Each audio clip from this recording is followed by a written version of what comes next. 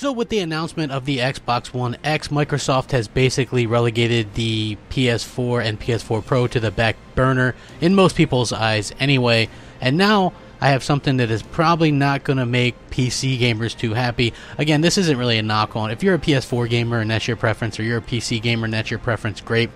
But I just think that what Microsoft is setting up with the One X is something we've never seen before, and it really rivals, doesn't really have a rival for the price point. So Microsoft's head of operations, Dave McCarthy, did an interview on the Xbox One X, and he stated that the company intended to bring an overall premium PC experience to the console space for the first time. So that's something that's never really happened before.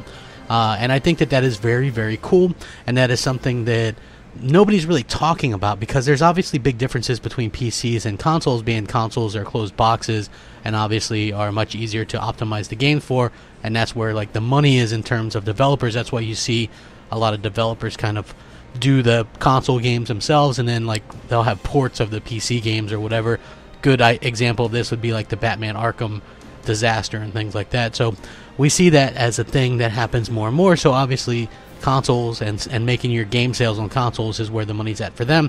So this is what he said. The way we look at it, choice feels like the right principle right now. There are consumers that really want to balance pricing against capabilities, but there will always be customers in your segment of gamers that want the best of the best, and I think that up until now, the PC space is really the only place you could get that. They now have the ability to get that in a console space. So right there, that's going to tick off a lot of people, because he's saying that the Xbox One X is the best of the best, and he's right. You know what I mean? For the price that you're paying, $499, there's not a PC on the market that's going to beat that in terms of features, a controller. Everything's already just kind of built into it. A sleek look like that, the 4K game capture, the 4K Blu-ray player, the 4K everything, the HDR game capture, all that stuff. You're never going to find that for that price in a PC. And he's 100% right. And there's never been a console that offered that before. So he says, we're all about the developer choice there overall. Different developers are going to choose to do different things for different game formats. But the good news is that the Xbox One SDK that everyone writes to will be able to handle that variation. You don't need a unique version for Xbox One X. It's just going to know if I'm running an Xbox One X, it will take advantage of it and going to feel like a premium PC experience overall. So basically what he's saying is, you're not going to need to write anything extra. So there's not really much work involved with getting games on the One X. And I think that's very important. That's very PC-like in and of itself. And the fact that you're going to get a premium PC experience on a inexpensive console, that is mind-blowing. We've never seen anything like that. That is very impressive. I'm very excited about that, because I'm a graphics guy. Not a resolution guy so much, but a graphics guy. I've always liked graphics, but I do think games can be good even if they don't look great.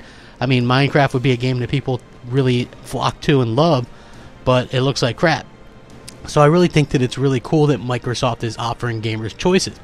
So he says, it will be up to the developers to choose between boasting visuals or the frame rate. This is where the console space comes in over the PC space. It's been very, very straightforward for developers to get stuff up and running in a day or two on the Xbox One X. And what's exciting about that for us is that it leaves them to be headroom to do what they want, whether that's take advantage of a 2160 frame buffer or push their frame rate to the absolute max. So 100% they are leaving this up to developers to decide, and that is cool. You know, you're going to have some PC dudes that are upset about that going, well, I can just do 60 frames on everything. You know, maybe they got to turn down everything else or whatever, but one of the things I like best about console gaming is the fact that it's an even keel pretty much between everybody. I'm not paying to beat somebody else just because I have a better hardware, you know what I mean? Most multiplayer games are 60.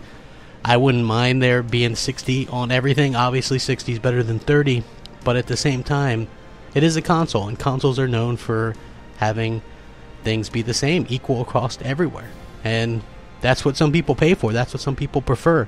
I'm not saying I prefer 30, I'm saying I prefer equal ground, you know, where it counts anyway. So anyway, I will link this article in the description. I have to imagine that this isn't making PS4 owners or PC gamers extremely happy. There's probably going to be a lot of damage control and, you know, crap gamers this and crap gamers that. But hey, I'm not the one saying it. Microsoft is. And you can rack that shit up. Crapgamer out.